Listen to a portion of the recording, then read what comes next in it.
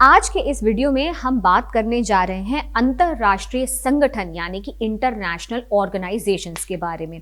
अब ये बड़े से नाम सुनकर डरने की कोई ज़रूरत नहीं है, क्योंकि इनका मतलब समझना है।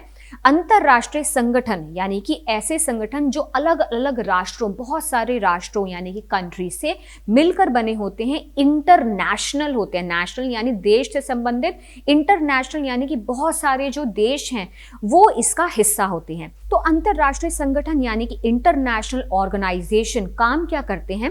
ये देशों के बीच में शांति को स्थापित रखने का काम करते हैं, मानव कल्याण के लिए काम करते हैं। आखिर कौन से होते हैं इंटरनेशनल ऑर्गेनाइजेशन? ऐसे संगठन कौन से हैं? तो सबसे बड़ा जो संगठन है वो है संयुक्त राष्ट्र संघ, इंग्लिश में कहेंगे यूनाइटेड नेशंस ऑर्गेनाइजेशन, और उसको हम एब्रीविएशन में कहते हैं यूएनओ। जो पहला अल्फाबेट है उसको हम ले लेते हैं यूएनओ। तो यूनाइटेड नेशंस ऑर्गेनाइजेशन कब बना था? ये 24 अक्टूबर 1945, 1945। कितनी पुरानी बात है। और क्यों बना था? सेकेंड वर्ल्ड वॉर, द्वितीय विश्व युद्ध के बाद इसका संगठन हुआ था और बहुत सी जो कंट्रीज हैं वो इसका हिस्सा बनी थी। और काम क्या है इसका? उद्देश्य क्या था कि आने वाली पीढ़ी को युद्ध के जो भीषण परिणाम होते हैं उनसे बचाना, और अगर आपस में देशों में कुछ कॉन्फ्लिक्ट्स, कुछ विवाद होते हैं तो बातचीत के द्वारा ही उन मसलों को सुलझाना, यानी कि पूरे विश्व में, पूरे वर्ल्ड में शांति को कायम रखना इसका मुख्य उद्देश्य है। तो यूएनओ का जो मुख्यालय है, जो हेड ऑफिस है, वो है न्यूयॉर्क, अमेरिका में।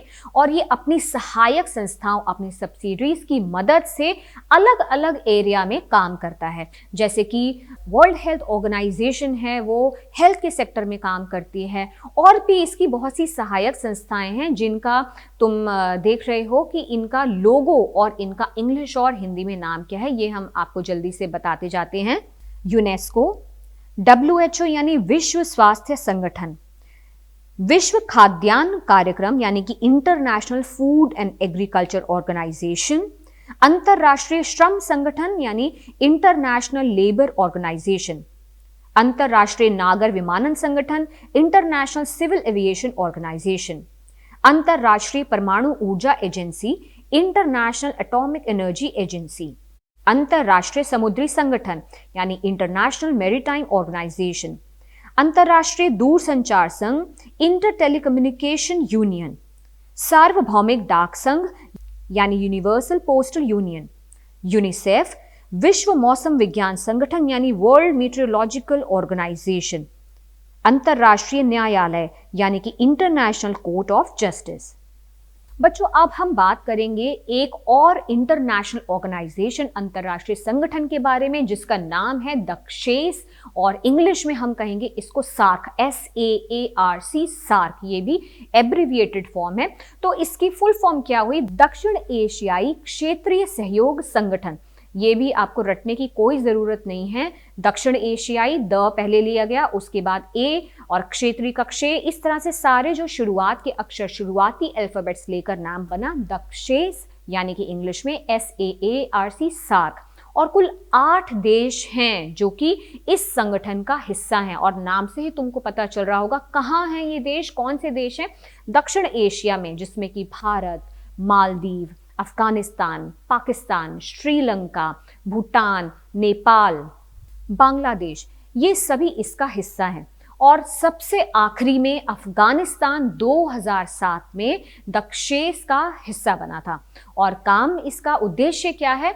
उसका उद्देश्य है कि जो दक्षेस के मेंबर्स हैं ये आपस में व्यापार, आपस में सहयोग, शांति, इन सब के लिए ये काम करते हैं। दक्षेस की स्थापना 8 दिसंबर 1985 को की गई, और इसका मुख्यालय कहाँ पर है? इसका मुख्यालय है काठमांडू, नेपाल में।